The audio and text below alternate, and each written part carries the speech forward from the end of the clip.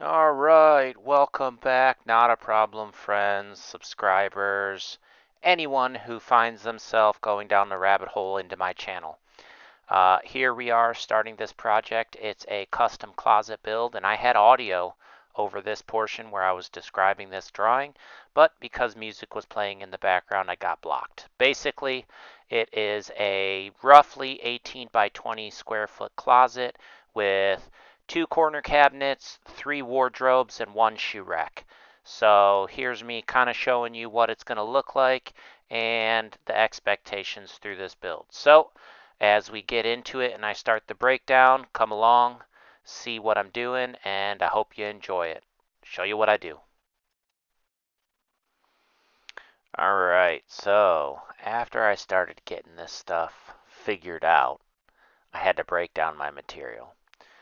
That usually started with me struggling with a full sheet of plywood, bringing it over, cutting the height, and then I would rip it down to length or width on my table saw. As you can see, these 4x8 sheets, I decided to put them up on my assembly table using my makeshift crosscut sled. I would break them down close. I'd usually get them within about a half an inch, and then I'd take them to the table saw and rip down to final dimension, whether that was the tops or bottoms or the shelves that go in the big wardrobes. As I was cutting them down and getting them set up, Joe, my buddy, who I'm building these for, decided to show up, so I figured I'd put him to work. Thanks, Joe. Yeah, and it was a good thing that he showed up as well, because as I was finishing basically cutting everything down to size, I had to then start getting rabbets cut in the back so that I can inset the back of the cabinets. And these little pieces I definitely easily could have done on myself, but as you can see, we had to get like a feeder stand, and it just made it easier with two of us doing it.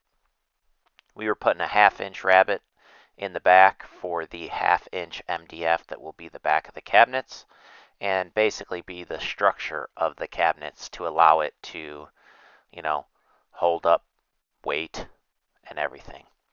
So once he was done, he had to take off because he was getting ready to transfer over to North Carolina.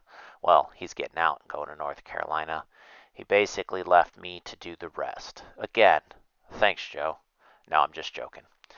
But as you can see here, um, I'm doing it with pocket holes. Quick zip zap zoop, easy peasy lemon squeezy. Though this did feel like weeks and months of drilling holes.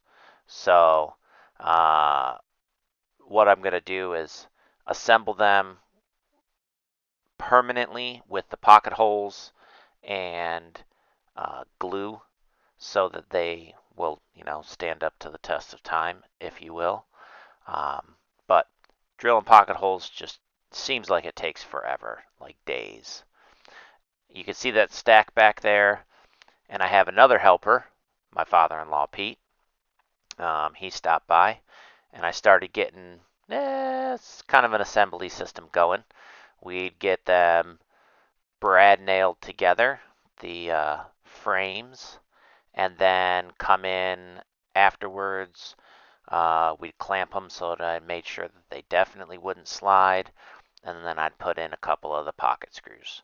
Basically, rinse and repeat. I did this for all individual 4 lower cabinets, though I did end up screwing 3 of them together to will form one dresser, and also the 4 larger cabinets. The larger cabinets were a little bit more tricky. As you can see, they're a lot larger. I ended up using my cordless nailer because it was easier and less cumbersome with the hose, but I still did clamp them together before I put in any pocket holes. I did not want these to move or slide or become askew, so that when I did measure for my backer board, which you'll see here in just a few minutes, I cut the backer board, the MDF. Um, First, I would measure out, get an average, cut it down to the height, And then because these cabinets were over 30 inches wide and my table saw can't do that wide of a cut, I basically had to do the off-cut side. So I'd measure it, check it, rip a 2-inch strip off of one side, and then set it in, verify that it fit length and width. I ended up throwing a bead of glue in, sliding it in, and it fit just right. Checking square there, making sure that it's good to go. And then again, I went back with my cordless nailer, locked them into place. And that was done 3 times over. All right, here's another section. Had audio, link to the video explaining these wardrobes. This is the 3 wardrobes. There will be pull-out drawers in the bottom, good for sweaters, blankets, linens, etc. And I will have the 2 on the left, as you see them, separated by about 2 feet. And I'll have full-length dress hanger storage for length dresses. Right here, I'm complaining that they're super heavy, and I have a new respect for cabinetry. So take a look at the rest of the build. All right, so now that I've finished building the frames of the large wardrobe style cabinets, I had to put that lower shelf in. As I mentioned, this is going to have a shelf. What I did was I cut some 12-inch scrap pieces to hold my shelf in place and simply used them to guide that bottom row. Nailed it in from the sides and the back. As you can see, I missed a couple of nails there, but that was easy. After I got all 3 of those shelves in, I moved on to the shoe wardrobe, or the shoe shelves, whatever you want to call it. I had already done all these pre-cut items just like I did with the large wardrobes, and this is, you see me cutting this one down and getting the backer board to size. This one was easier because it was much thinner and I could do it on the normal side of my table saw and I didn't have to off cut it, so it went so much quicker. All I had to do was rip it down to width, length, slap it into place, verify it's square. I did throw some clamps on there because these did bow a little bit, but that's the whole point of the back, is to make sure that it stays up and straight.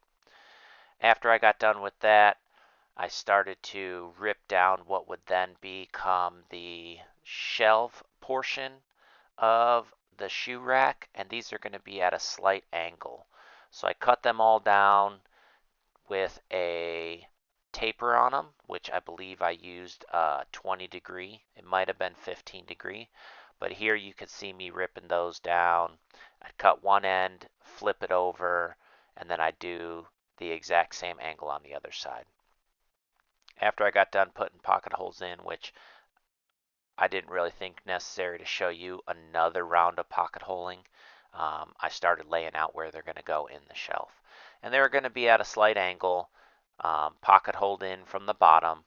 And then when I build my face frame, which I'll show you, because I put that 20 degree, 15, 20 degree angle on the shelves, the face frame would sit and cover and be flush with the bottom of the shelves, which I think came out really nice.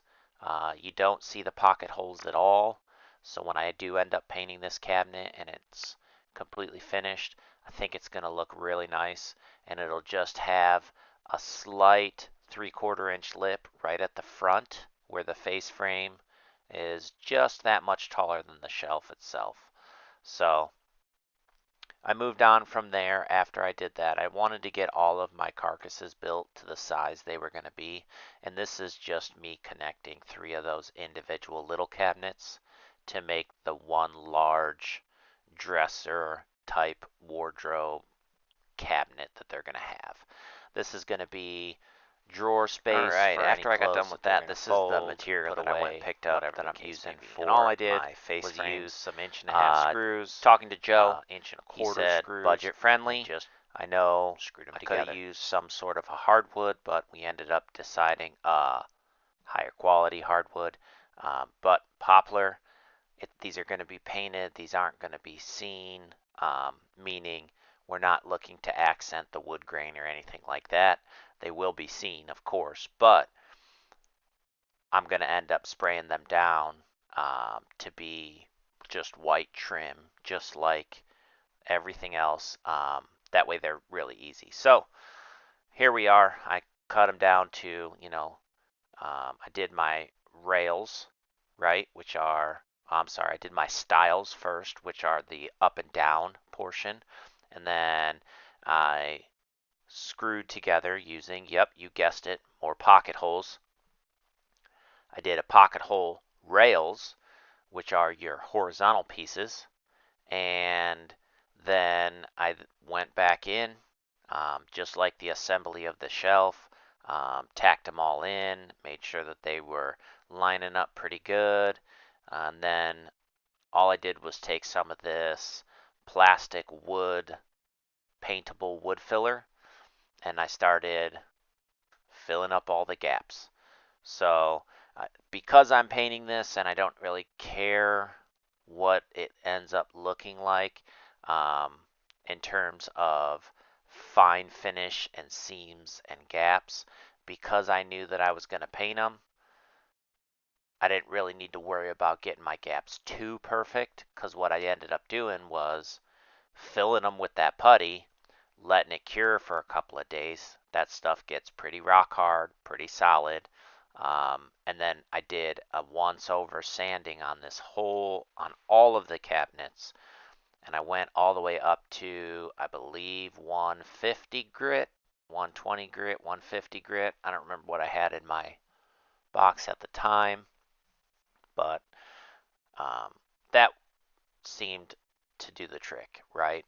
We'll see how the painting goes. As I mentioned, I'm going to break this into 2 videos. First video, as you can see, is me doing nothing but building. I put together everything, assembled it. It's sitting in my basement right now still as I'm finishing up this video, getting ready and planning how I'm going to go through and paint. Well, first I'm going to base coat, prime, paint, and then seal these cabinets. This is me coming to the end of the face frame. I don't think I got a video of me doing the little cabinets, but here is the shoe cabinet. And as you can see, yes, I did a stile rail at every shoe shelf so that they lined up with the bottom of the face frame. So after I got these all measured out, glued up, screwed together, and attached, then I started the sanding process. And I won't bore you with talking you through the sanding process. I'm just going to show you some video, maybe play some music, let you just watch me do the best part of woodworking there is, which is, as everybody knows, sanding. By far, anybody who ever wants to come over, if you ever wanted to come over and like work on your woodworking skills and learn how to sand, just let me know. Leave a comment. I'd be happy to have you come in and sand. Yeah, it'll be fun. Always fun to do nothing but sanding. So, here you go.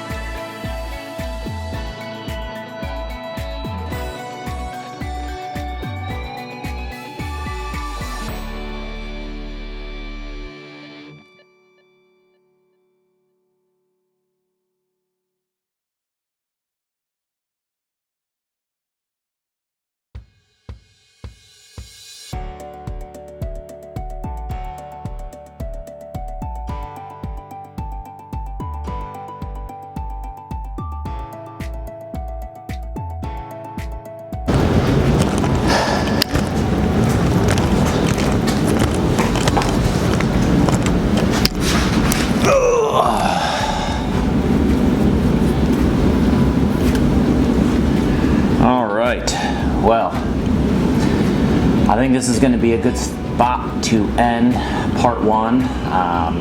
This video is turning out significantly longer than I thought it was going to. So what I'm going to do is I'm going to end part one here.